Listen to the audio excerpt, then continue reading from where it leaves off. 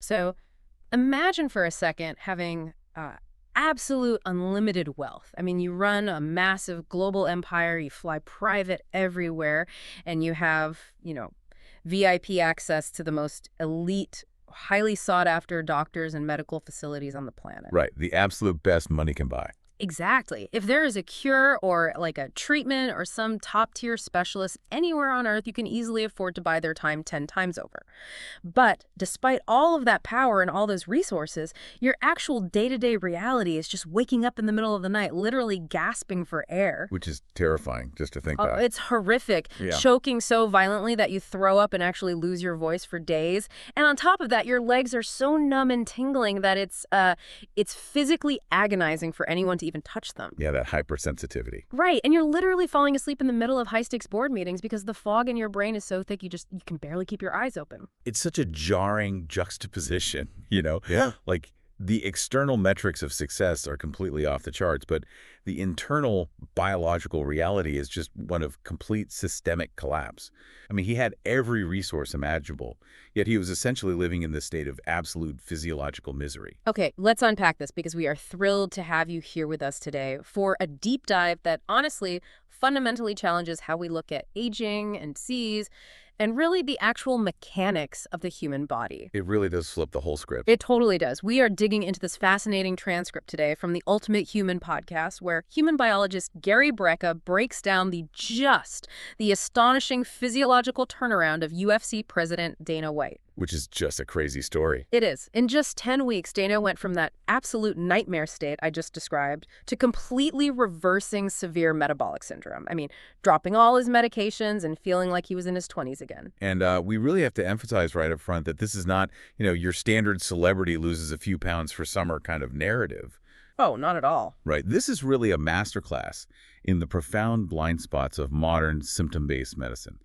It shows exactly what happens when you pivot away from just like masking symptoms and instead focus on optimizing human physiology right down at the cellular level. Yeah, because the medical establishment was really just looking at Dana's symptoms as these isolated mechanical failures. Like, let's look at the sleep apnea. It was so profoundly bad that his doctors prescribed a CPAP machine. Which is standard practice, of course. Sure, but Dana's, famously stubborn. And if you've ever seen a CPAP machine, it's not exactly a gentle, relaxing piece of equipment. No, it's essentially strapping hardware to your face. Exactly. Ugh. He was ripping the mask off his face after maybe 35 minutes of trying to sleep, and he claimed he would literally rather die than sleep strapped to that thing for the rest of his life. Which, I mean, is entirely understandable from a quality of life perspective. Hmm? But it also really highlights the absurdity of the intervention itself. A CPAP machine is literally forcing oxygen and water up your nose to bypass a mechanical failure in the airway. Right, it's just a forced air tube. Exactly. It keeps you from suffocating in your sleep, which obviously is critical, but it does absolutely nothing to address why the tissue in the airway is collapsing in the first place. Yeah, it's keeping you breathing, but it's definitely not making you healthy. And then you add the leg pain into the mix. This detail really stuck out to me in the sources. The neuropathy. Yeah, his legs were numb and tingly, but simultaneously hypersensitive to the touch.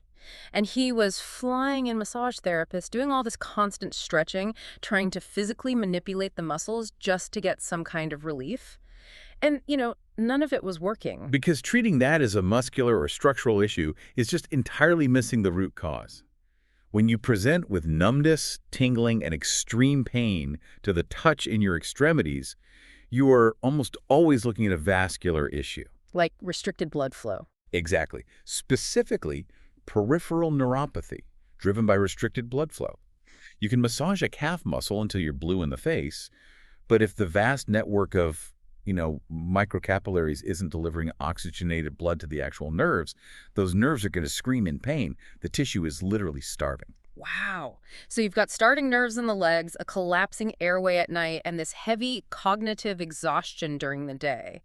And his doctors, again, these are the absolute best doctors money can buy, are just telling him his routine blood work looks, quote, fine Fine for his age, they usually say. Right, but they just keep tweaking his medications. He was on blood pressure medication, cholesterol medication, thyroid medication. I mean, it really feels like taking your car to a mechanic because the engine is knocking and smoking. And instead of opening the hood, the mechanic just slaps a piece of black tape over the check engine light on the dashboard and hands you the bill. That is honestly the perfect analogy for polypharmacy and chronic disease. Sure. Yeah, the blood pressure pill is literally the black tape over the dashboard light.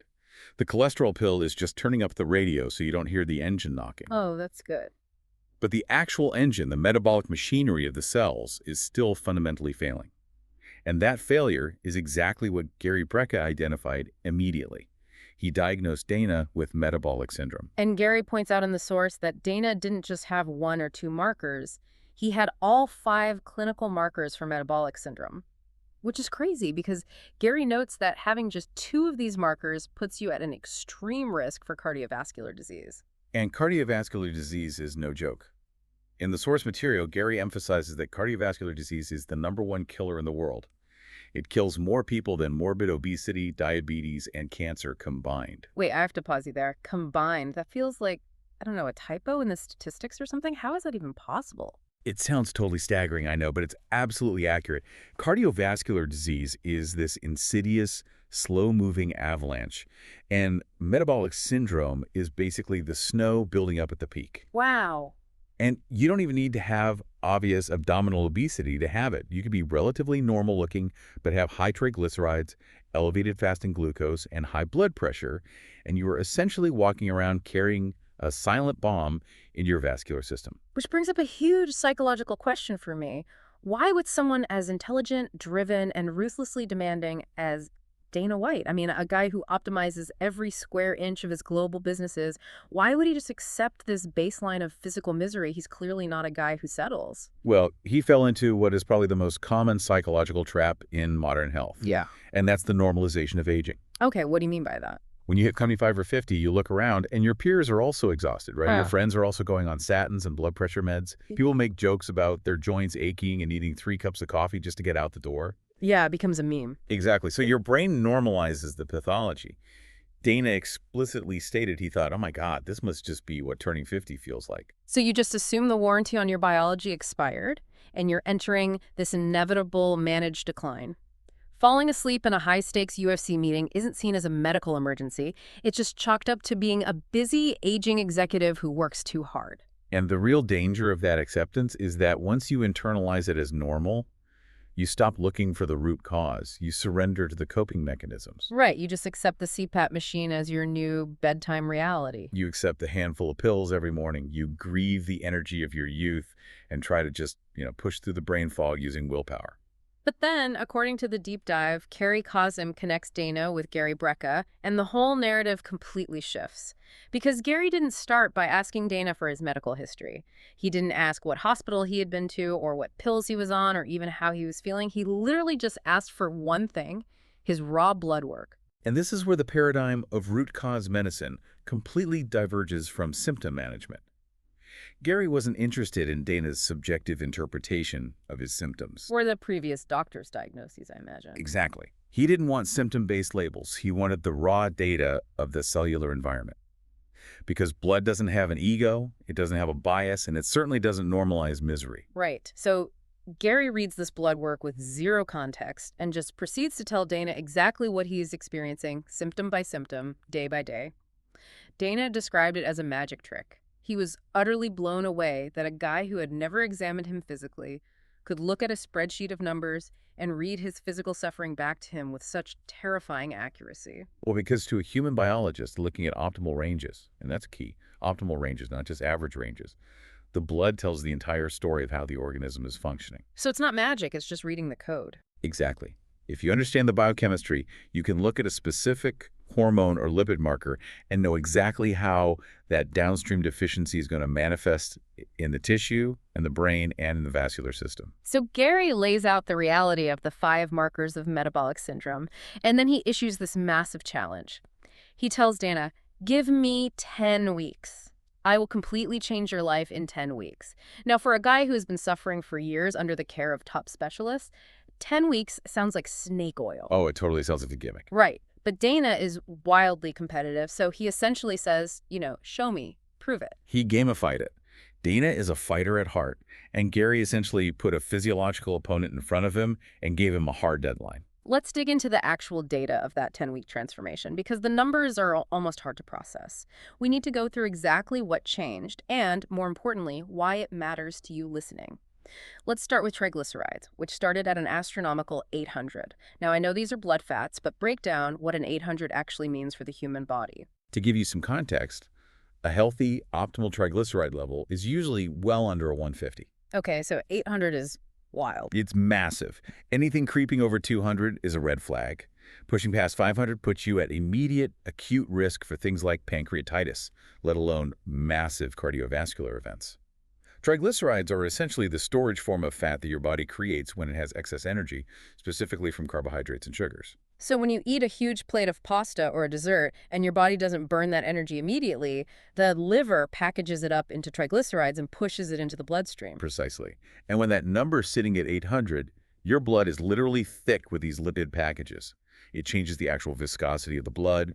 It contributes heavily to arterial plaque. That's terrifying. It is. Yep. But in just 10 weeks, Gary's protocol took Dana's triglycerides from 800 all the way down to 130. That is insane. He brought him from the brink of a massive medical event back into a perfectly optimal range. But how does that happen so fast? Like, where did all that fat in the blood actually go? Well, when you cut the input of excess carbohydrates and sugars, the liver stops converting glucose into new triglycerides. Okay, that makes sense. Right. And at the same time, the body is forced to start burning the existing circulating fats for energy. The metabolic engine finally clears the backlog because you stopped overloading the system with cheap fuel. Which leads perfectly into the second terrifying number they discussed, insulin. Gary noted Dana was dealing with severe hyperinsulinemia. His fasting insulin was in the 60s, and they dropped it down to a 9. I want to spend a second here because I think people hear the word insulin and they just immediately think diabetes. They don't understand what insulin is actually doing on a cellular level. That's a great point. Insulin is the master storage hormone. Its primary job is to act like a key that unlocks the cells, allowing glucose, which is sugar from your bloodstream, to enter the cell and be used for energy. Okay, so if it's just the key, why is having too much of it a bad thing? I like to use the analogy of the boy who cried wolf. If you are constantly eating processed carbs and sugars, your blood sugar is constantly spiking. To handle that, your pancreas is constantly screaming at your cells with insulin, telling them to open up and take in the sugar. Right. Over time, the cells get overwhelmed by the constant shouting. To protect themselves from being overloaded with toxic levels of glucose, they essentially put in earplugs. They downregulate their insulin receptors. Oh, so that's insulin resistance. The keys literally stop working because the locks have been changed. Exactly. So what does the pancreas do? It panics because the blood sugar is still dangerously high in the bloodstream. So it just shouts louder. It pumps out even more insulin to try and force the doors open. Which explains the insane numbers. Right. That's how you end up with fasting insulin in the 60s. Your body's in a state of absolute hormonal panic, flooding the system with insulin just to maintain basic blood sugar levels. And having circulating insulin at that level is highly inflammatory and very toxic to the blood vessels. So dropping it to a 9 means they finally stopped crying wolf. The pancreas got to rest, the cells took their earplugs out, and the system became sensitive and efficient again. But let's look at the most dramatic symptom relief mentioned in the source material. Let's talk about the blood pressure. On day 1, Dana's blood pressure was 160/110. And here's the crazy part. That was his blood pressure while he was already taking blood pressure medication. Which is the ultimate proof that the medication wasn't solving the underlying pathology. It was just a chemical attempting to artificially whiten the vessels or slow the heart down, but the root cause was so aggressive, it was overpowering the drugs completely. And after 10 weeks, his blood pressure plummeted to 116/70, naturally, without any of the pills. But wait, if his blood pressure was that high for that long, wouldn't his heart be damaged? Gary actually pulled 10 years of Dana's medical records and found something really counterintuitive. Dana always had a totally normal EKG and a normal EEG. His heart muscle, the actual pump itself, was completely healthy. This is a vital distinction in cardiovascular health. The pump was functioning perfectly. It was the plumbing, the vascular network that was the real problem. So if the heart is fine, why is the pressure so dangerously high?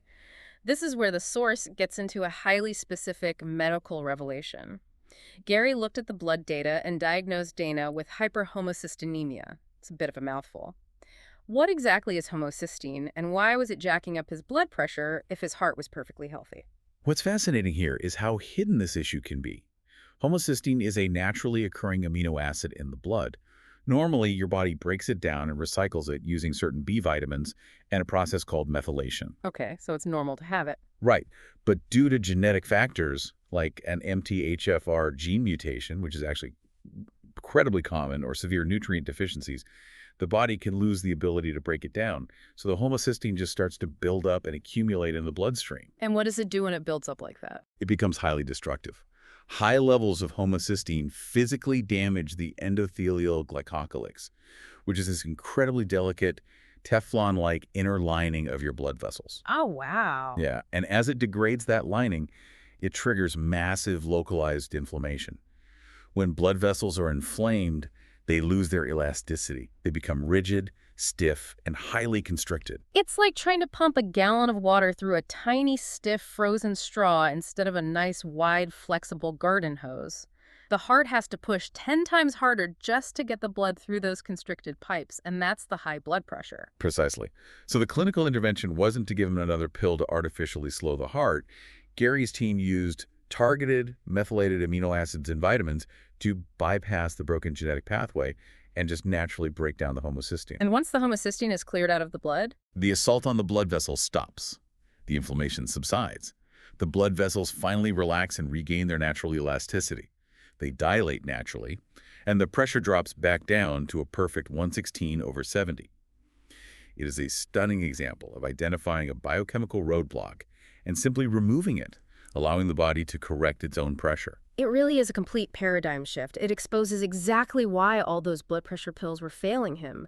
They were trying to manipulate the physics of the blood flow without addressing the chemical, the homocysteine, that was causing the rigid inflammation in the first place. And the visible external result of fixing all this internal chemistry?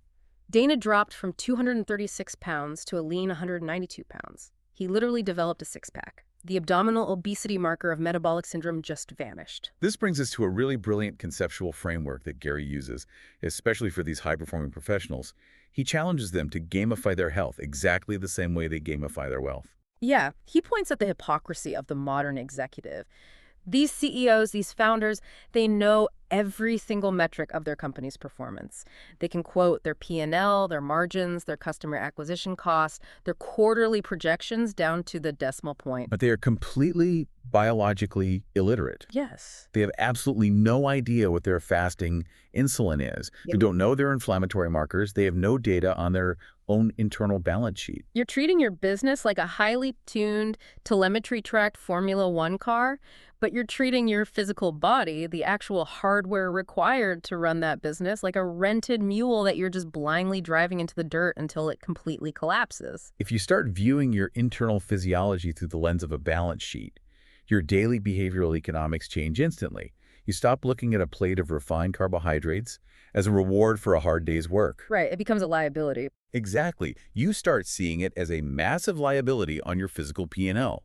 You begin to view sleep, hydration, and micronutrients as critical capital investments that yield compounding returns in cognitive output and stamina. I think that is such a practical takeaway for anyone listening to this. You don't have to be a billionaire to demand this data.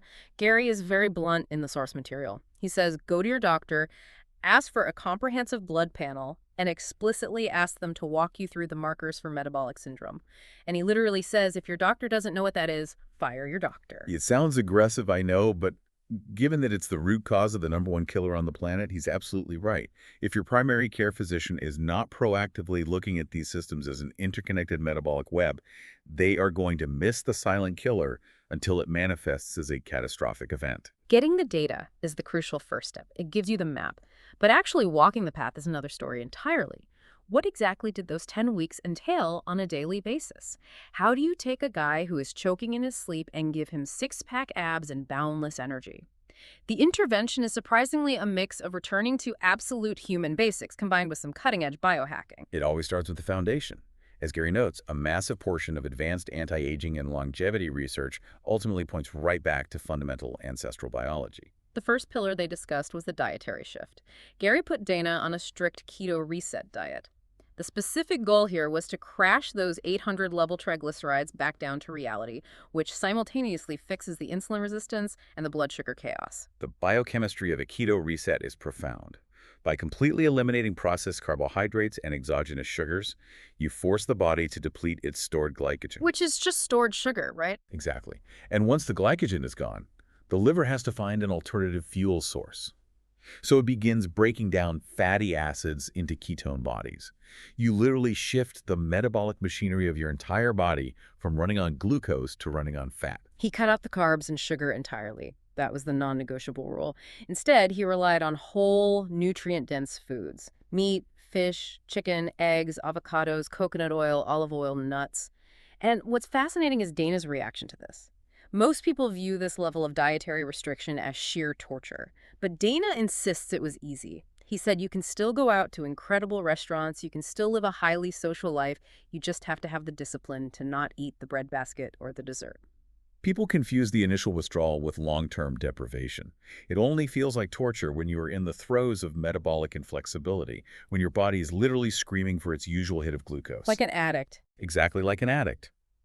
But once your blood sugar stabilizes and you become fat adapted, the physiological panic for sugar just vanishes. The cravings evaporate because your brain is being supplied with a steady, high-octane fuel source in the form of ketones, rather than the peaks and crashes of a carbohydrate roller coaster. So he fixes the fuel going into the machine. Now what about the physical output? The fitness shift here was incredibly insightful. Dana has always been a guy who works out. He was big, he was bulky, but he was also constantly inflamed and getting injured. He had to undergo a massive philosophical shift in how he viewed exercise. He explicitly stated he stopped trying to be big and muscular. Right. He realized that ego lifting massive amounts of weight was destroying his joints and driving up his systemic inflammation. Now his entire regimen is geared toward longevity, mobility, and injury prevention. He does light weights for higher reps. He supersets his movements to keep the heart rate up without destroying the central nervous system. And interestingly, he does very minimal traditional cardiovascular training. His stated priority is simply don't get fat and don't get hurt. Which is an incredibly mature, optimized approach to fitness in your 50s. The goal of exercise shouldn't be to see how much structural damage you can survive. It should be to stimulate muscle protein synthesis, maintain bone density, and release beneficial myokines, all while keeping inflammatory markers as low as possible. Okay, so the foundation is dialed in. Whole foods, zero sugar, smart biomechanical movement. Here's where it gets really interesting, because the optimization side of this protocol is intense. Dana engaged heavily in what Gary calls the superhuman protocol, and specifically, Dana developed a massive, borderline obsessive addiction to cold water immersion, cold plunging. Cold plunging has saturated the wellness space lately, often just as a trendy thing to do. But understanding the exact physiological cascades that occur when you do it is vital to understanding why Gary utilizes it for severe metabolic recovery. Walk us through the mechanics of that. Why is a guy who hates being uncomfortable willingly sitting in freezing water every single day? When you submerge your body in freezing water, it triggers an immediate survival-level shock response. First, the body realizes it is losing heat rapidly, so it activates brown adipose tissue, or brown fat, to ramp up thermogenesis. So it's burning fat to stay warm. Literally burning white fat to generate heat, which is why Gary notes it helps strip fat off the body. But the more profound effect is vascular. The cold causes massive vasoconstriction in your extremities, right? Your blood vessels clamp down hard in your arms and legs. Exactly. The body restricts blood flow to the skin and limbs to preserve the core temperature and protect the vital organs. It acts like a massive hydraulic press, forcing oxygen-rich, nutrient-dense blood deep into the core of your body. It essentially floods your liver, lungs, pancreas, kidneys, and brain with a massive surge of oxygenated blood. It is quite literally a pressure washer for your internal organs. And then when you get out, the vessels dilate again, creating this massive flushing effect. But it's the neurological effect that Dana focuses on in the interview. He compares the feeling of getting out of the cold plunge to a literal drug. In the transcript, he references a comparison from Andrew Huberman's podcast that is just mind-blowing. He points out that when someone ingests a hard drug like cocaine, it triggers a massive spike of dopamine in the brain that lasts for roughly 9 to 15 minutes before crashing. Right. But a cold plunge releases a steady, sustained wave of endogenous dopamine that lasts for 2.5 hours. The neurobiology of that is fascinating.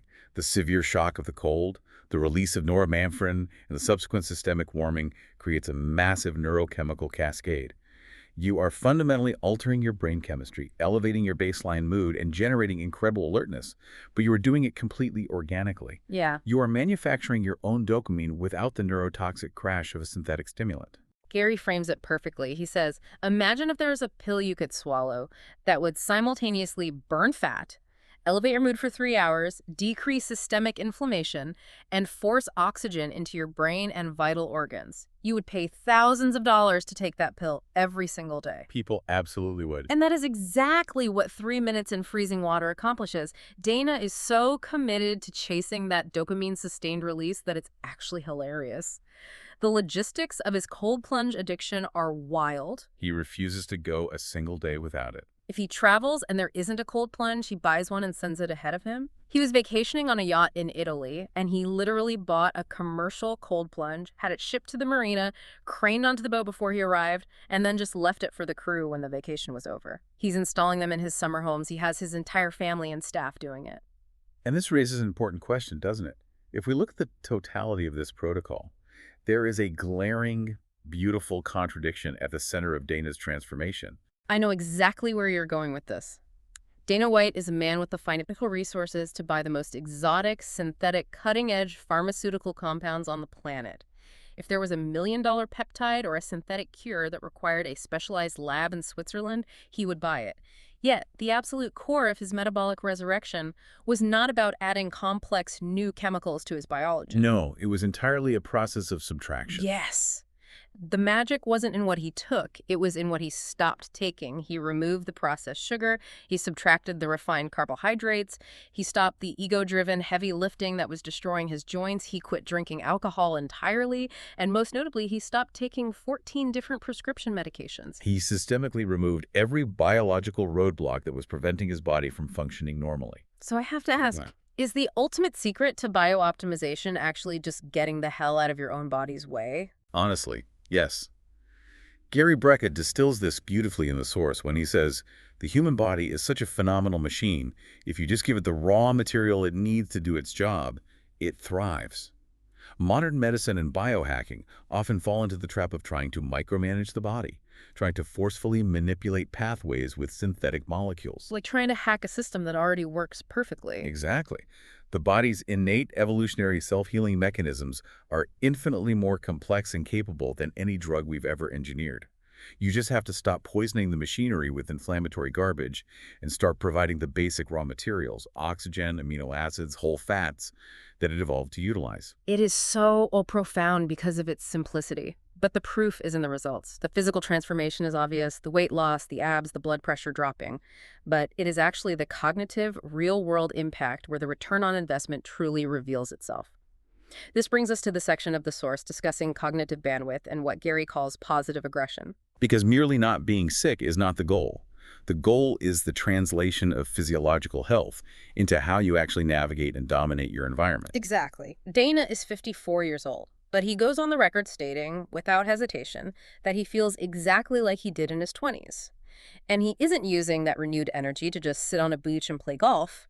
His administrative and cognitive burden is staggering. He is currently running 4 separate global companies simultaneously. Let's contextualize that because the sheer executive function required to do that is immense. He's the CEO of the UFC, which is a massive global sports property. He's running Power Slap, which he notes is currently dominating social media metrics on TikTok and Instagram.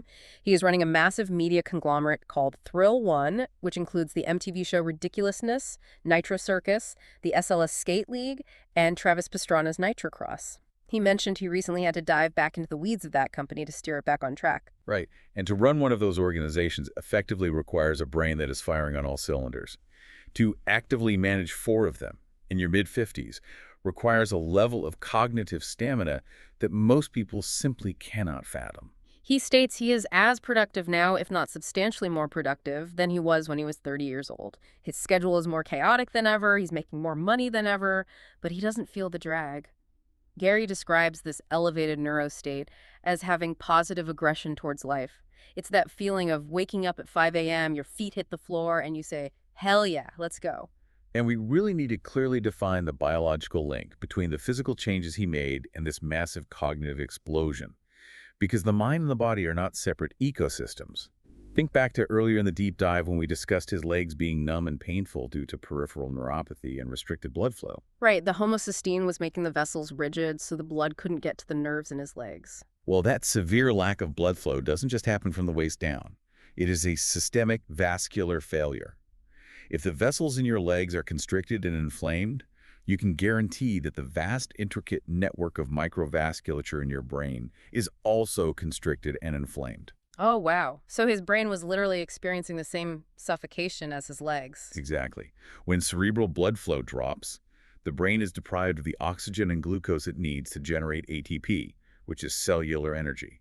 That is the biological root of brain fog. Oh, that makes so much sense. That is why short-term memory begins to fail. That is the exact reason he was literally passing out in the middle of board meetings. His brain was quite literally suffocating and shutting down non-essential functions just to conserve energy. So when Gary's protocol cleared the homocysteine, dropped the systemic inflammation, and utilized the daily cold plunges to forcefully drive oxygen-rich blood deep into the core and the brain, his cognitive stamina didn't just improve, it resurrected. Precisely. The psychological burden of managing investors, dealing with public scrutiny, being a father, and running 4 companies, all of those things become entirely manageable, even exhilarating, when you remove the underlying physiological exhaustion. The brain finally has the metabolic currency to handle the stress. If you are listening to this right now, I want you to really internalize this concept. You don't have to be running a global fight promotion for this to drastically alter your life. Think about how often you hit that wall at 3 p.m. at the office. You're staring at a spreadsheet, you feel completely overwhelmed by your inbox, and you just can't focus for one more second. We have been culturally conditioned to label that as a psychological failure. We say, oh, I'm burned out, or I'm stressed, or I just don't have the discipline today. Yes, we internalize it as a moral or mental weakness. But what if that feeling of being completely overwhelmed is actually just a physiological lack of oxygen and nutrients disguised as a psychological problem? If your blood sugar is crashing from the massive plate of pasta you had at lunch, and your brain isn't getting adequate cerebral blood flow because your vascular system is inflamed from processed oils, of course you feel overwhelmed. Your biological machine is out of gas and choking on bad fuel. It is one of the most empowering reframes in health. If you fix the underlying physiology, the psychology almost always takes care of itself. The anxiety, the overwhelm, the lethargy, they often just evaporate. Right. That positive aggression returns organically because the body finally has a surplus of energy to spend on interacting with the world. But, a skeptic listening to this might still have reservations. They might say, okay, this all sounds great, but it worked for Dana White. He's a 54-year-old former athlete. He's incredibly wealthy. Beneath all the bad habits, his underlying biology is probably pretty resilient. What about someone who doesn't have that foundation? What about someone who is truly at the end of the line, medically speaking? It's the ultimate stress test of the entire philosophy. Does root cause optimization only work for the strong, or can it resurrect the truly failing? Which leads us into one of the most profound segments of this deep dive, the 80-year-old case study. Because frankly, the results here blew my mind even more than Dana's transformation. Let's look at what happened with Dana's mother-in-law. And the timeline of this intervention is what makes it so staggering. We are talking about a matter of months. Let's lay the scene. It's Memorial Day weekend. Dana is on vacation with his wife. His wife is on speakerphone with her mother at 10 a.m. in the morning. Dana is listening in the background, and when they finally hang up, he looks at his wife and asks, "Your mother sounds drunk. Is she drunk at 10 a.m.? And she wasn't drinking at all. She wasn't. His wife explains that she is having massive cascading health problems. Her doctors cannot get her blood pressure dialed in. She is roughly 80 years old at this time, and she is on 14 different prescription medications. 14 pills a day. That is the definition of a polypharmacy cascade. It is rampant in geriatric care. A cascade. Yeah, they give a patient a pill for symptom A, which causes side effect B, so they prescribe a second pill for side effect B, which then interacts with the first pill to cause symptom C. It becomes a toxic loop. And the doctors are constantly rotating her medications every 3 weeks, just guessing, trying to find some sort of chemical balance. Her granddaughter reported that she was living in a complete fog, literally just sitting in a chair and staring blankly at the walls all day. And the medical establishment looked at this 80-year-old woman, looked at her symptoms, and started floating catastrophic diagnoses. They suspected early onset dementia, they suspected congestive heart failure, and severe peripheral neuropathy. They were looking at an elderly woman whose systems were shutting down, and they were essentially preparing the family for the inevitable end of the road. So Dana, having just experienced his own miracle, calls Gary Brecka immediately. And Gary jumps on a plane on holiday weekend, flies to Las Vegas, and assesses her blood work and cellular health.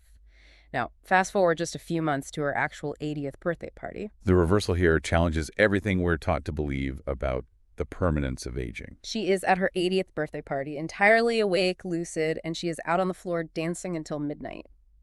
In just a few months, Gary's team got her completely off the processed foods and refined carbohydrates.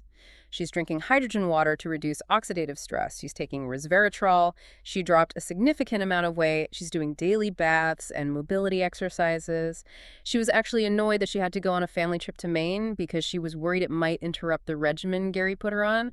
And the absolute kicker, she told Gary that she feels so good, she wants to start dating again. I mean, she went from staring blankly at a wall, awaiting a dementia diagnosis, to dancing until midnight and wanting to date.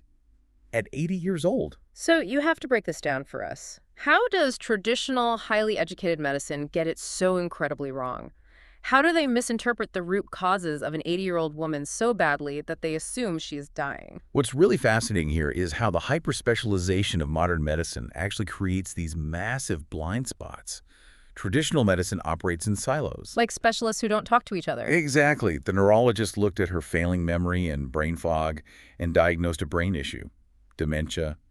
The cardiologist looked at her struggling heart and diagnosed a pump issue, congestive heart failure. The podiatrist or general practitioner looked at her numb, painful extremities and diagnosed a nerve issue, peripheral neuropathy. 3 completely separate, massive, terrifying diseases. But Gary, acting as a human biologist, looked at those exact same 3 symptoms and realized they aren't 3 separate diseases. They all intersect at one single systemic biological failure, a severe chronic lack of blood flow and oxygen delivery. Wait, walk me through that. How does a lack of blood flow mimic dementia? If the microvessels in the brain are highly inflamed and clogged with lipids and plaque, cerebral perfusion drops. The brain just isn't getting enough oxygen. When the brain lacks oxygen, short-term recall fades, cognitive processing slows to a crawl, and the patient appears confused and disoriented. It perfectly mimics the cognitive decline of primary dementia, but it's actually just suffocation. Oh my God, and the congestive heart failure. Same root cause. If the entire vascular system is stiff, inflamed, and constricted, the heart has to pump against a massive amount of systemic resistance. Over time, the heart muscle exhausts itself, trying to push blood through rigid pipes, mimicking primary congestive heart failure. And exactly as we discussed with Dana, if the extremities aren't getting blood, the peripheral nerves die, causing neuropathy. So it was literally all the exact same problem. If we connect this to the bigger picture, it was one singular root cause, endothelial dysfunction and systemic inflammation manifesting as 3 different catastrophic symptoms in different parts of the body. Once Gary's clinical team stepped in and removed the inflammatory inputs, getting the refined carbohydrates out of her diet, and used natural interventions like resveratrol to improve endothelial function and hydrogen water to scavenge free radicals. They restored the blood flow naturally, and once the blood flow returned, the body did the rest. The human body is such a phenomenal machine. If you just give it the raw material it needs to do its job, it thrives. It applies just as much to an 80-year-old as it does to a 54-year-old.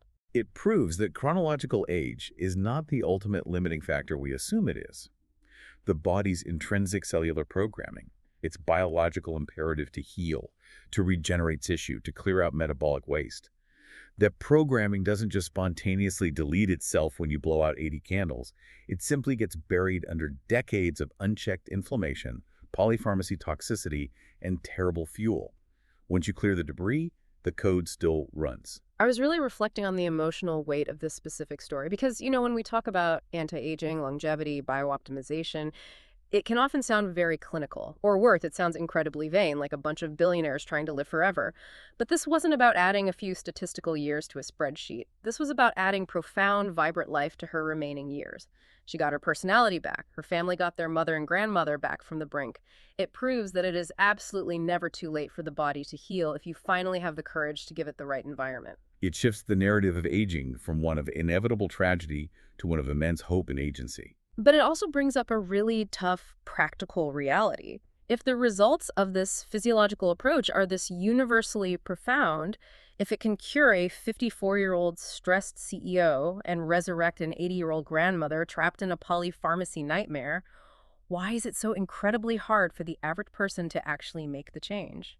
That is the million-dollar behavioral question. And the answer is deeply rooted in mindset, the neurobiology of pleasure, and our modern addiction to comfort. Which brings us to the psychology of transformation. Because Dana himself is the first to admit he didn't buy into any of this at first, he was incredibly stubborn. He explicitly says in the interview, I didn't believe in any of this shit. He trusted the established system, he trusted the pedigree. He trusted the college degrees hanging on the wall, the PhDs, the pristine reputations of the massive hospital complexes. He implicitly trusted modern medicine to fix him, because that's what we are all taught to do. And beyond his belief system, he also just really, really loved his toxic lifestyle. He explicitly says that nobody liked pasta, bread, ice cream, and desserts more than him. He told a story about how when he went to a high-end restaurant, he would literally order every single dessert on the menu just so he could taste all of them. He was a victim of his own reward circuitry. He was highly addicted to the immediate dopamine gratification provided by hyper-palatable engineered foods. So how does a guy who routinely orders 6 desserts at dinner transform into a guy who eats whole foods, actively seeks out freezing water every morning, and turns down pasta without even blinking? Yeah. To explain it, Dana brought up this famous, albeit controversial, quote by the 90s supermodel Kate Moss. Her quote was, "Nothing tastes better than skinny feels." But Dana modified it to explain his current psychological framework. He says, nothing tastes better than feeling amazing. That cognitive reframe is everything. It is the absolute key to behavioral permanence. I want you to explore that shift for us, because he mentions that he still sees the food he used to love. His personal chef still cooks incredible pasta and desserts for his family and guests. Dana looks at it, he smells it, he thinks, damn, that looks amazing. But he doesn't eat it. He has zero desire to eat it. Why does the willpower no longer require effort? Because his brain has fundamentally rewired its neuroassociations with that specific stimulus. Previously, when Dana looked at a bowl of pasta or a dessert, his brain associated that image with an immediate massive spike of pleasure and dopamine in the nucleus accumbens. It was a primary reward. But now, because he has experienced what optimal, thriving health actually feels like on a daily basis, his brain has rewritten the code. It now links that bowl of pasta directly to the pathology it causes. Oh, that's brilliant. His brain looks at the sugar and knows it's the exact poison that causes the brain fog, the sleep apnea, and the numb legs. Exactly. The promise of the immediate 10-minute gratification of the sugar taste has been entirely overridden by his profound, sustained addiction to feeling incredible all day long. He literally calls it an addiction to normalcy. He says, it doesn't taste that good that I will want to feel that way again. This touches on a crucial psychological concept regarding human baselines. Gary talks about this at length. The vast majority of people in modern society live their entire lives in a severely low-energy, inflamed baseline. They most comfortably exist in a state of mild misery. Mild misery. That's bleak, but accurate. In that state, they only feel elation or excitement like a blip on an EKG monitor, a quick spike from a sugar hit, a cocktail, or a purchase, and then their biology drags them right back down to their low baseline. Because their physiological engine literally cannot generate enough ATP to sustain a high-energy state. Right. When your baseline is that low, a hit of processed sugar or a drink is the only way you feel good. It has a massive, unbreakable psychological grip on you because it's your only accessible source of joy. But when you endure the protocol and reestablish a high baseline, when you wake up every single day feeling like you have the energy of 10 men, as Gary puts it, the temptation of the junk food loses all of its leverage. The food is no longer a reward. It is a direct biological threat to the incredible state you are currently living in. So what does this all mean for you listening right now if you want to make this shift?